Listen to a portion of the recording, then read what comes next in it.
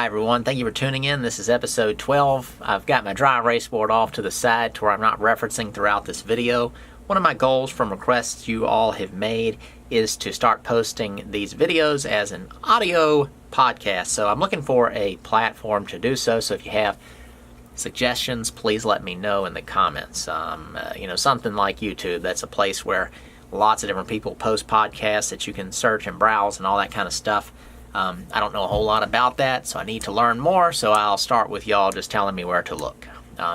This episode is going to be on investing versus spending. I've got a comment that someone left on one of my videos that I'm going to read, and then that's going to set up this episode. So, this comment was left on episode 7. The title of that video was Rental Property, How Much Profit? In that video, I kind of laid out all the costs and the profit of the $12,000 house that I did a video series on. That series covered the start to finish of a full renovation, turning that house into a rental property. It was over 50 videos. Then I did my final video, which sort of summed it all up, and I'll suggest that one at the end of this video. That particular video has now had over 5 million views and has made almost more money than I paid for the house. So that is pretty neat. It was just something I started on that house thinking it was going to be interesting, and it turned into something. And that always, I think that goes back to something I say frequently, is that you just need to get started. You need to just do it, and opportunity kind of comes around. Opportunity doesn't come knocking when you're not doing anything. You got to be out there doing some stuff. It doesn't even have to be looking for anything in particular, but just, when you're kicking around in the dirt, you're going to turn over a rock and something's going to be under it, but you have to be out there doing it. It's not going to come actually knock on your door and find you. So the comment was left about 2 days ago by Zero Deuce, and it read, "So it takes about 5 years or so to become profitable with this property, ? Assuming nothing catastrophic happens." So the way I interpret what he just said, and I responded, and his response back to me told me I was right, is he was kind of thinking of this as a cost that was just, it's done, it's over. Like you pay your electric bill, money's gone, you don't get anything out of it after the fact. You bought the house, you've lost your money, and it's going to take me 5 years to take in enough rent to cover the cost of that purchase and renovation. So my response to him was, it's not like I bought a consumable item like a car, etc. It's a house. My investment was about $30,000 total, but the house is worth about $60,000 to $70,000. So I look at it as I have already doubled my money and didn't have to pay taxes. Then my money that would be sitting in a bank doing nothing is now making a bunch of money every month. Also, unlike other investments, it's insured. There's no guarantee on a lot of other types of investments that they'll be there when you want to cash in. My personal cost of living is really low. I own my house, cars, and have good spending habits, so just a few houses covers my costs. Not assuming your comment was meant as good or bad, just explaining my thinking. I see it as very profitable from day one. I've also made more from the videos than I spent on the whole thing. I'd still do it regardless. It's one of the best types of investments you can make. His comment back to me was, comment was not meant as bad. Just looking for clarification, which you provided. I think I'm going to pick up your book because it's something that I would love to get into. You're right. For some reason, I took the $30,000 as a sunk cost. But you still have that money fully, it's just in property. Duh. Thanks for the response. Liking your videos. Thank you, Zero Deuce, for your comment and response to my reply to your original comment. So in his response to me, he referred to the $30,000 as a sunk cost. So that was what I took his initial kind of comment to be, that it was like you went and bought a pickup truck, and then you're going to use that pickup truck for work. Of course, you can use that as a tool that you're using to make money, but it's not the same thing as an actual investment. So I think that is actually a good way to start the video, is to just, people think of the word investing. It gets tossed around. Somebody's hair dryer, for example, doesn't work all that good. So in a conversation with someone else, they say they're thinking about investing in a new hair dryer, or that's a good enough example. Using the word investing for just daily expenses, basically. Investing means something very particular. You're taking money or time and you're putting it into something that's going to be something more in the future. That may be an elementary definition to it, but in the case of rental property, you take money and you put that money in a rental property, and that rental property then starts making you an income, and then all along the value of that rental property most of the time is going to go up, or it's at least going to hold its value, versus if you buy a car, the value drops immediately. It's not going to be worth, you're wearing it down. Of course, you're wearing a house out too, but it's just different. It's an actual income generating asset, not a liability. So that's another thing. Where's my book? It's somewhere. I've got Rich Dad Poor Dad around here somewhere. I always keep it around. It's not something I read yesterday. It's one of the first books I ever read before I ever even bought a house. So it's probably been 10 years since I read that book. But every once in a while I kind of listen to it just to kind of get excited and remind myself of something. I think of that book as the most important concept that it points out in that book is just the difference between liabilities and assets. A liability means something that costs you money. An asset, an income generating asset, being something that makes you money. So two very different things, and people use the word investing kind of back and forth between those things without any regard to what it actually means. So I think that comes down to back to my title, which was investing versus spending. A lot of people that haven't done any investing yet, they think of investing as spending money. They're not going to have access to their money anymore. Oh no, I want my money, I want my cash, I want to be able to know it's there and play with it, or whatever it is that everybody wants to do. And they're thinking of investing as spending money. They're losing it. Buying these drinks back here, there's a knife in this box, buying that. That is spending money. That money is gone. It's just something you did. You consume the item, it's gone, or you just buy some toy and you've got it around. You have spent money. You worked for your money and you spent the money, and you got to work for it again to spend some more money. When you invest money, you no longer have the cash. Think of it as your resources, and the finances are, the money is a resource, but then the house is a resource. I'm just taking my cash, which is a resource, turning it into a different resource. I'm taking a bunch of money, turning it into a rental property, and then that rental property is going to make me income. The cool thing is, and I'll use the $12,000 house as an example since it's what he's talking about in this video, is that $12,000 house was probably worth about $15,000 to $20,000 if they would have at least jammed a for sale sign down in front of it.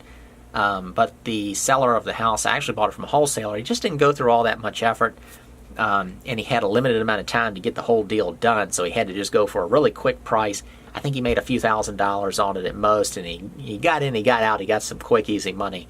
And then I came in, and I put in a lot of work, but thinking longer term. He was making quick money, I'm making long-term money.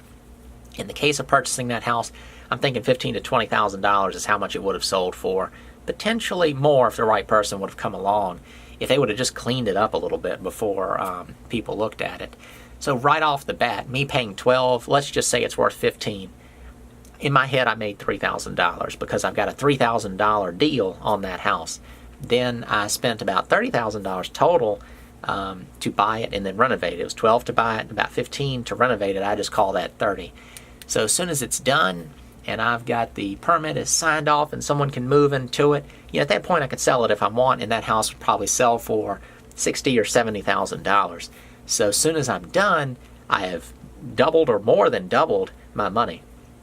The cool thing is in this case, now again this is going to come back to all the way you think about money, is I've doubled my money in my head. The investment that I've made has doubled in value, and I didn't have to pay taxes on that gain of that value. Now if I sell it down the road, that's one thing. But now I have a $60,000 or $70,000 house making rent. So I'm able to make all that money, and then down the road if I want, sell the house for $60,000 or $70,000. So I think that is the main point of this video, is that when you invest money, the money has not gone bye-bye. Your liquid access to it has maybe gone bye-bye. But even then, real estate is not super liquid, but it really doesn't. If you got a good deal on something and then you're going to turn and sell it to someone else at a decent price, you're going to sell it as long as it's something desirable and the timing's right and all that stuff. But yeah, let me check my board real quick.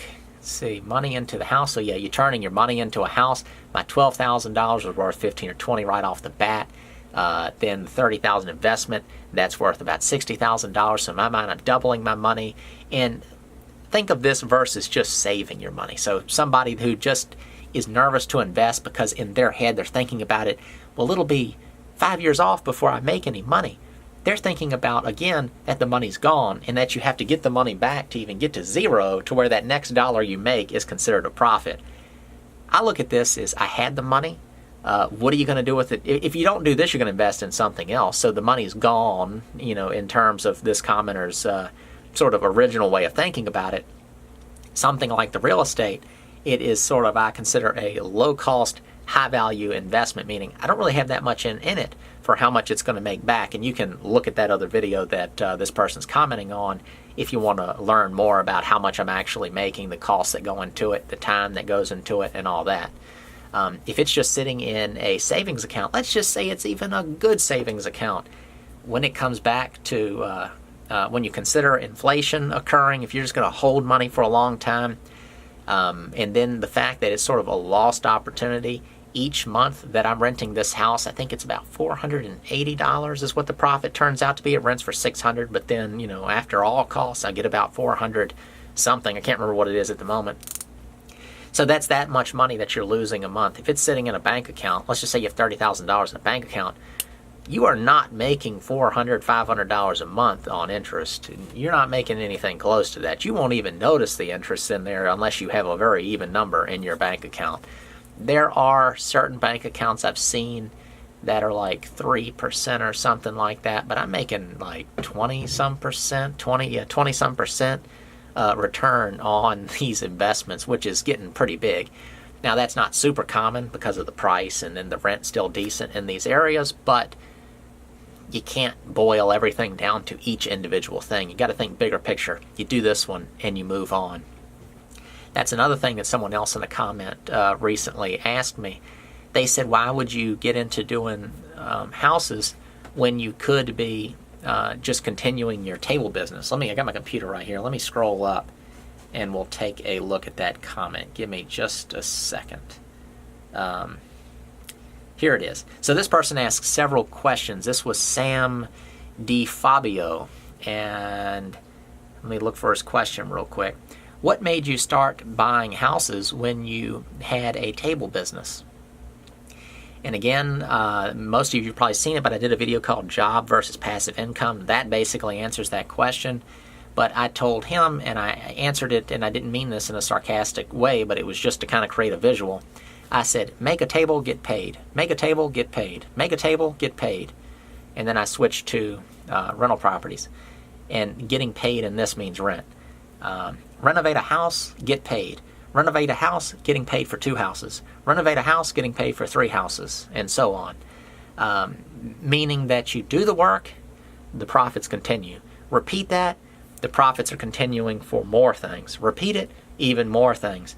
When you're doing the any kind of job, work, and stuff like that, it's a 1-for-1 ratio, 1-to-1 ratio, which is what I referred to it in the other video. In my case, making a table. I have to get a customer, communicate with that customer, make them a table, deliver it to their house, stand there talking to them for a while, I get paid, and then it is done. I have to start it all over again.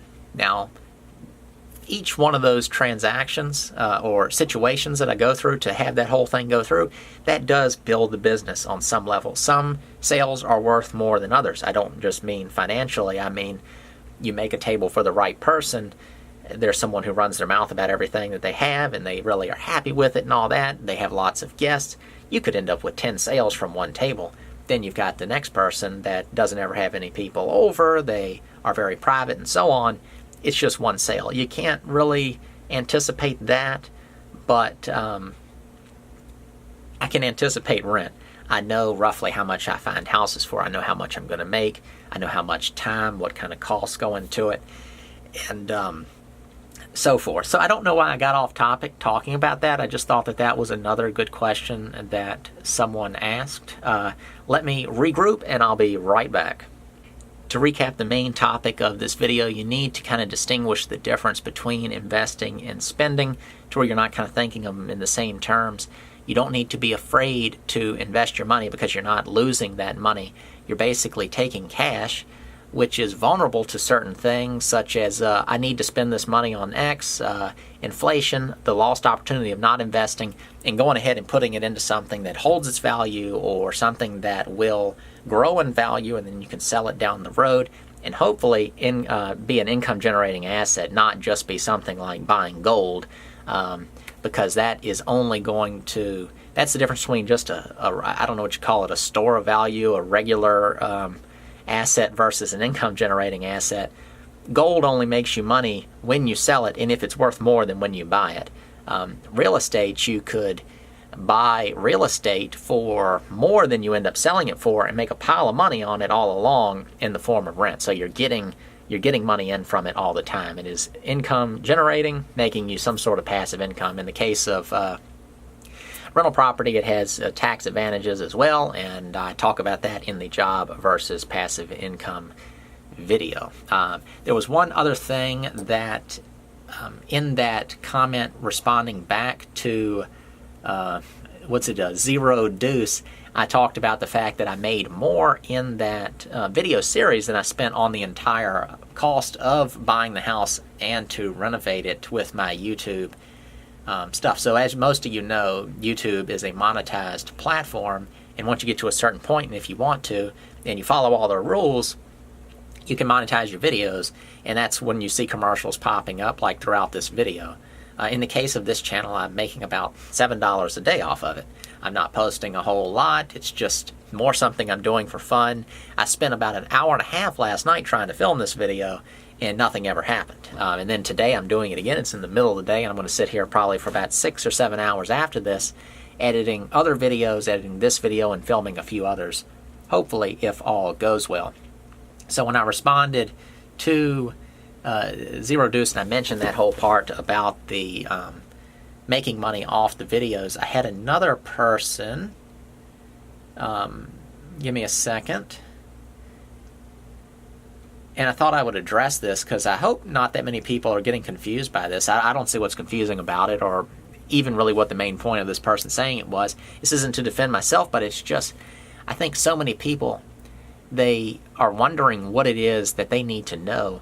But it's a lot of times it's what they already know or what they already think, their way of thinking, that's holding them back, not their lack of knowledge. It's what they know hurts them in this. It's like when you hear the term somebody knows just enough to be dangerous. That's not the exact application of this, but it's a person that's making assumptions and they're caught up in some sort of a belief system they had that keeps them from moving forward on something. And I think this person kind of illustrated it. And I won't even say their name because I'm not trying to pick on anybody. But it says and it's written a little bit funny, so it's a little hard to understand.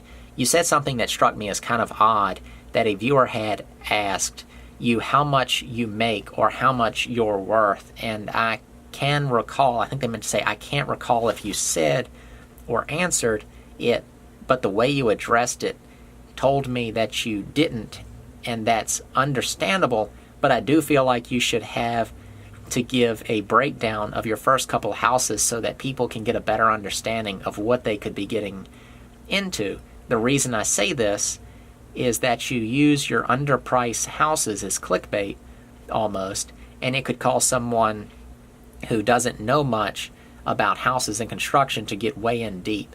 And it's obvious, this is the punchline, I guess, that your YouTube is your main source of income and should be made clear on a regular basis to your viewers and not danced around because someone could copy you and get themselves into some trouble. I think this is a very, very odd comment for many reasons. This is right off the bat someone assuming how much money I'm making off YouTube. I think a lot of people think that people are making a lot more off YouTube than they are. A big part of this is me hoping it makes a ton of money down the road, but it's not making a ton of money right now. And it certainly wasn't making a ton of money not that long ago. I have only bought, I have bought 2 houses since I started making the videos on this channel. Since it started actually growing. Everything else other than that was just stuff I was doing all along. me having a YouTube channel has nothing to do with what I'm doing. Yes, it's a source of income. Yes, I use some of that money in renovating the houses and buying houses, but that's no different. That's like this person is basically wants me to go, I'm renovating houses, but I want to let you know that I'm making money from these videos. That's like someone saying, I'm renovating these houses, but I want to let you know I'm a plumber, and I make money being a plumber, and I use that money to do this. There's nothing exclusive about the things. I'm not saying that I'm a totally independent, only rely on the money from my income coming off these houses to do all this stuff. I don't have enough houses to do that, and I've got other costs of living. So in this case, I'm probably making less than a lot of average people make at their jobs off my YouTube stuff. In my case, what makes things work for me is that my cost of living is really low, and that the majority of my income is now passive. So that opens up my time and then makes the amount of money that I have to spend as low as possible. And as my income has gone up, I have not increased my lifestyle. If anything, I've lowered my lifestyle in certain areas, such as, like, I don't know what it was, 3 or 4 years ago I had Netflix, things like that. And eventually as I did more and more stuff with my houses, I saw the value. Basically, any money that I invest in things, as soon as I spend that money on a house, it's worth probably 3 or 4 times the amount of what I spent. Even if that's the insulation, that part of the investment down the road is worth a lot more. In the case of the $12,000 house, I basically doubled my money on every dime I spent on that house. So when it comes to spending the $10 or $12 that Amazon costs, I'm thinking, you know what? That's money wasted. That's money that could be put towards something. Now, I don't take that to the absolute extreme to where I'm just no fun at all, but I just thought about, what are things worth to me? What am I really getting out of them? In the case of something like Netflix, it's 2 things. It's money I'm spending that I don't really need to spend. What are you really getting out of it? And then it's a lot of time spent wasted watching something that keeps me from doing the things that are more valuable or from learning more stuff. I've joked with people in the past and told them to stop watching my videos and go actually do something. But I do feel like videos that are educational, I'm not talking about just a documentary about the dodo bird or something like that, but something that you could then go and apply to something. Like watching these videos, maybe kind of getting your head around the investing versus spending thing, or just being excited and motivated to go do something. I listen to plenty of stuff and watch stuff in those regards. So just wanted to address that comment in case other people are thinking that type of thing. Not in defense, but just, again, limiting thinking. Basically, to me, when I read stuff like that, and I could be off base with this person, but it looks like someone wanting to poke holes in what I'm doing to feel better about the fact that they're not doing something themselves. Now, if that's not the case, that probably just made that guy mad. That may make other people mad hearing that. But I do think that that is what a lot of people do, not talking about just me, but when they're pointing at everything that all these successful people are doing wrong. Well, you just have an opinion about one aspect of what they're doing. They're clearly doing a whole lot of something right, and poking holes in it is just a personal issue. So that was me just kind of addressing that, and I think that's it for that. The last thing that I will talk about, I've been wanting to do this on multiple videos, and I am going to show something, but showing it doesn't matter. I constantly get asked, am I showing that? Yeah. It's a Rich Dad, Poor Dad book by Robert Kiyosaki, for those of you that may be listening to this. This was the first book that I read when I got into kind of wanting to get into some investing and thinking about real estate. Someone suggested this book. Obviously, you type it in, there's a whole lot on it. It's a very common book, and I do suggest reading it. People are always asking, well, what kind of things do you read? Who are your mentors and all this kind of stuff? So I just suggest read that book, and I think that book is a great starting place to kind of start wrapping your head around things. I will make this suggestion with some warnings. If you're a person that's really green when it comes to all this kind of stuff, Robert Kiyosaki has a way of talking about things that can seem a little bit abrasive, a little bit rough, a little bit mean, but just think about it as he's being dramatic. Some of you won't even notice what I'm saying, then other people won't be able to make it, a third of the way into the book probably without being too offended. And I suggest reading this book or listening to the audiobook version of this before you just start Googling or YouTubing Robert Kiyosaki and listening to his more current stuff. His more current stuff is, I think, really abrasive if you're a beginner. It's something that I would never normally suggest somebody go look at. A lot of times, if you're not thinking about this from the right terms, and I think I've made this comparison before, it'd be like if you are a florist and you go to work with a butcher that day, starting with the part where you have to actually kill the animal to the part where it's all packaged up.